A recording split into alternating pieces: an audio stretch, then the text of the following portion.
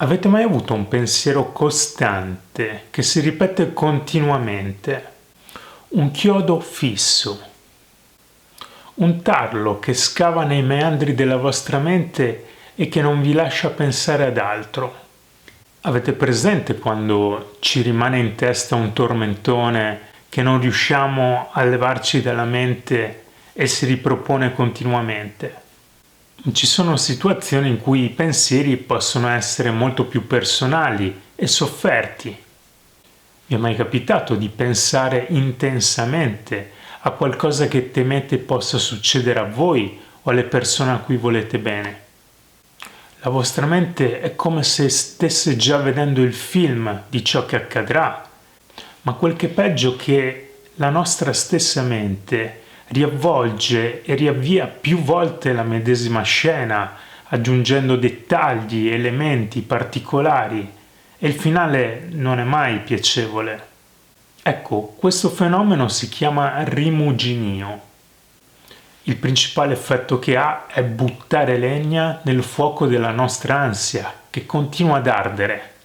In altre situazioni, invece, la nostra mente rimane intrappolata negli archivi polverosi del nostro passato, più recente o più remoto, ripercorrendo come una moviola le scene delle situazioni che ci hanno creato sofferenza emotiva, cercando delle cause, una spiegazione o ragionando sulle conseguenze.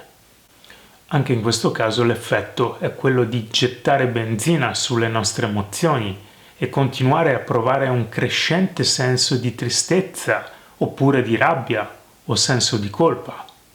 Capiamoci, provare ansia nell'anticipare eventi temuti oppure rabbia nel percepire un'ingiustizia o tristezza nel renderci conto di aver perso qualcosa sono emozioni assolutamente sane, normali.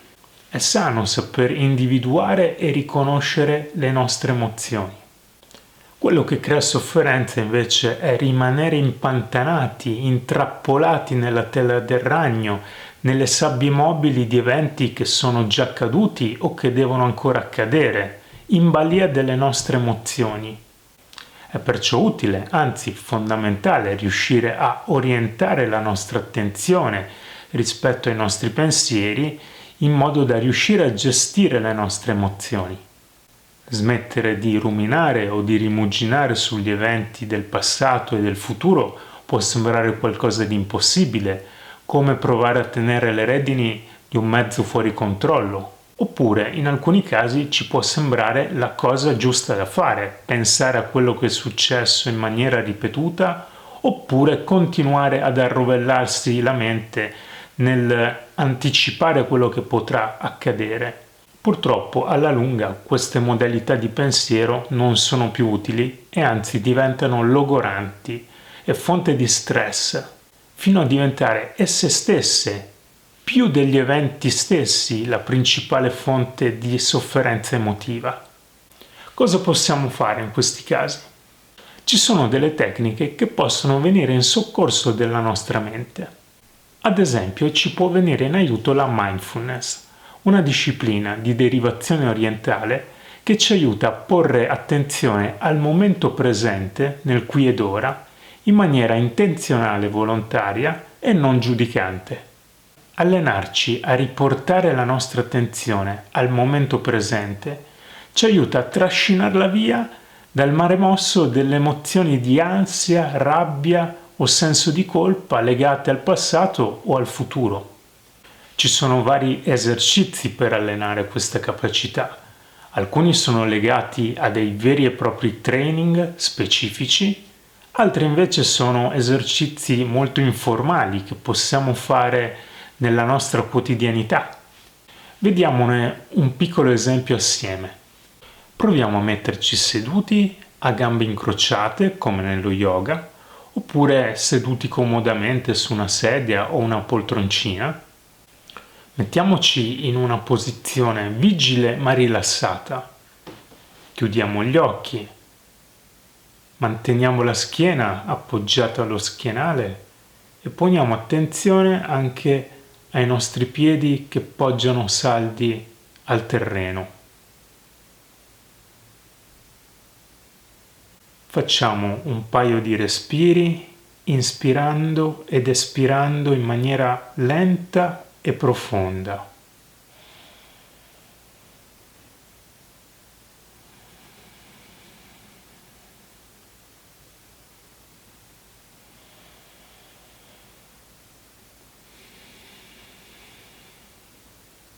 Pensiamoci come degli esploratori che vanno alla ricerca di tutti i rumori e tutti i suoni che sono presenti nell'ambiente che ci circonda.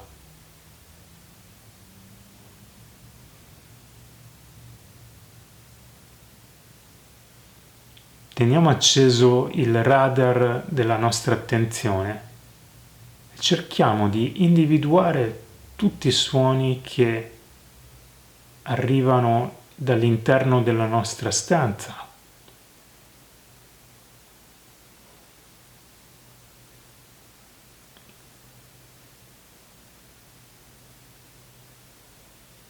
Dall'edificio, dalla casa o dall'ufficio dove ci troviamo.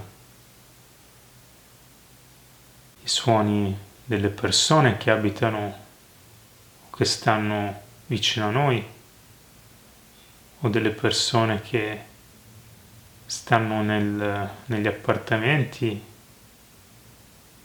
vicini al nostro, i suoni dei dispositivi che si trovano nei paraggi. Cerchiamo anche di catturare i suoni esterni al nostro edificio, i suoni che provengono dall'ambiente esterno,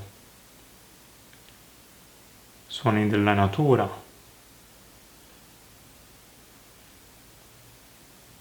mezzi di trasporto.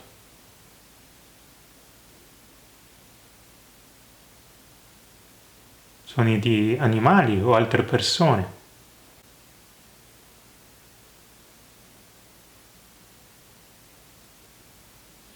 Cerchiamo di mantenere l'attenzione e i nostri canali sensoriali uditivi ben aperti.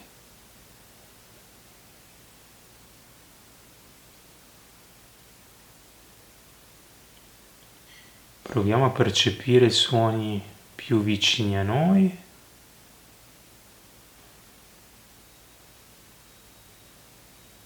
e anche quelli più lontani.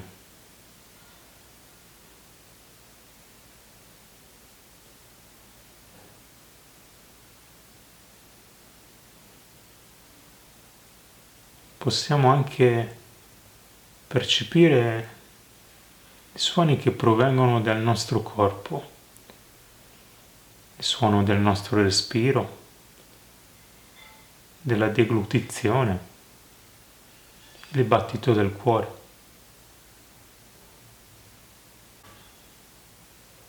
Infine proviamo a fare dei respiri lenti e profondi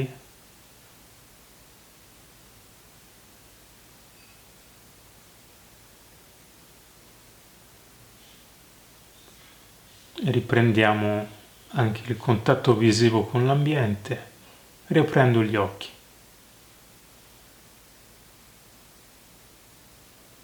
E sgranchendoci un po'.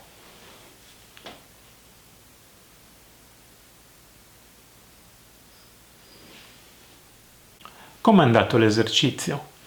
Avete percepito suoni nuovi, suoni a cui non avevate mai fatto caso, oppure suoni che vi accompagnano nel corso della vostra giornata, a cui normalmente ponete la vostra attenzione? Questo piccolo esercizio di spostamento dell'attenzione, di meditazione vera e propria, non ha la pretesa di volerci far diventare dei santoni, dei guru o dei monaci tibetani esperti di meditazione, ma è quello di aumentare la nostra consapevolezza della capacità di poter spostare e orientare la nostra attenzione dai pensieri ripetitivi che ci causano ansia o rabbia o emozioni sofferte al qui ed ora, al momento presente, ad altri elementi che possono catturare la nostra attenzione e trascinarci lontano dalla sofferenza.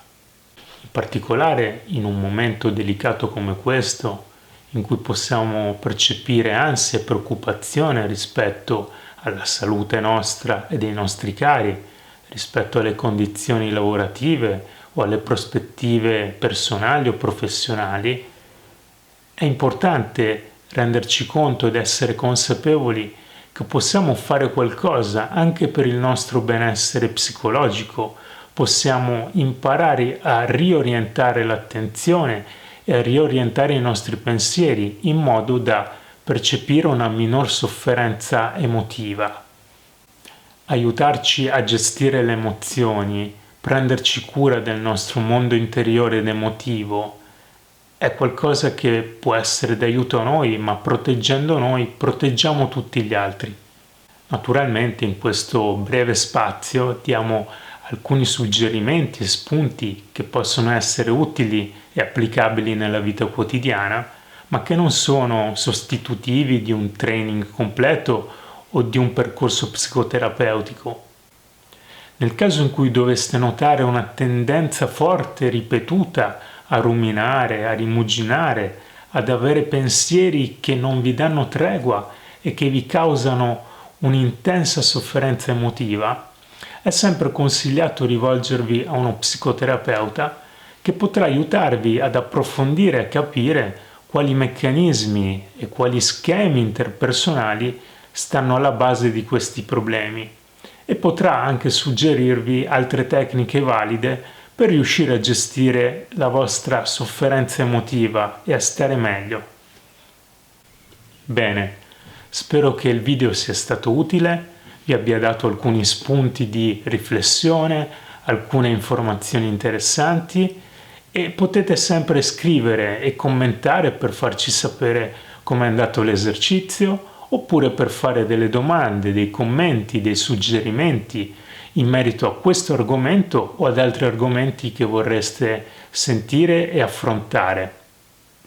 Ci vediamo prossimamente con altri spunti, riflessioni ed esercizi per allenarci a migliorare il nostro benessere psicologico. Alla prossima!